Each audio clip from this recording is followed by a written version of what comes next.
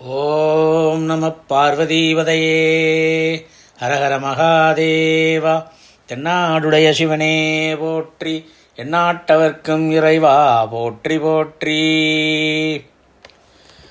போன வீடியோவில் நம்ம விநாயக சதுர்த்தி விழாவை பற்றி பேசணும். அதன் தொடர்ச்சியாக விநாயகப் பெருமான் மீது பாடப்பட்ட சில பக்தி பாடல்களை பார்க்கலாம்.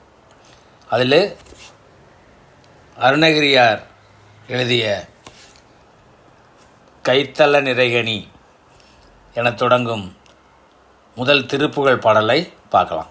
கைத்தல நிறைகனி அப்பமோடு அவள் பொறி கப்பிய கரிமுக நடிபேணி.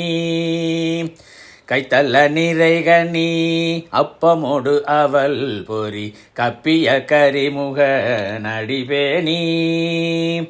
கற்றிடுமடியவர் புத்தியில் உரைபவர், கற்றிடுமடியவர் புத்தியில் உரைபவர் கற்பகமென வினை கடிதேகும்.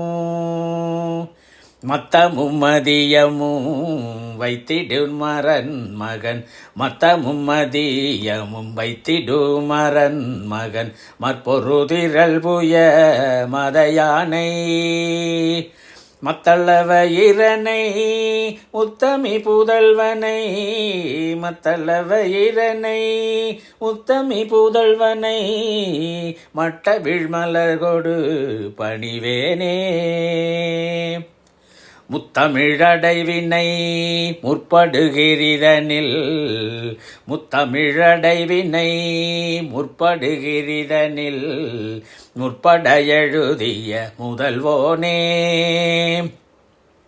முப்புறம் எரி செய்த சிவனுரை ரதம், அச்சது பொடி செய்த அதிதீரா.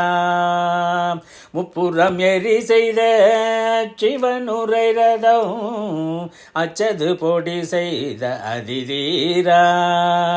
அத்துயரது கொடு சுப்பிரமணி படும் அப்புணமதனிடைவமாகி. அக்குறமகளுடன் அச்சிறு முருகனை அக்கணமனமருள் பெருமாளே.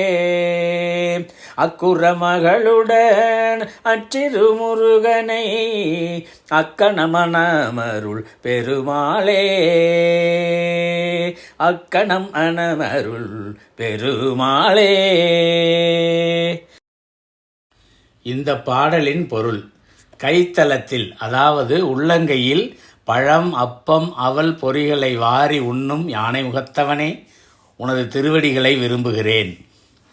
அறிவு நூல்களையெல்லாம் கற்பவர்கள் மனதில் நீங்காமல் வாழ்பவனே, நினைத்ததை அளிக்கும் கற்பக விருட்சமே என்று உன்னை துதி செய்ய வினைகள் யாவும் விரைவில் அகலும்.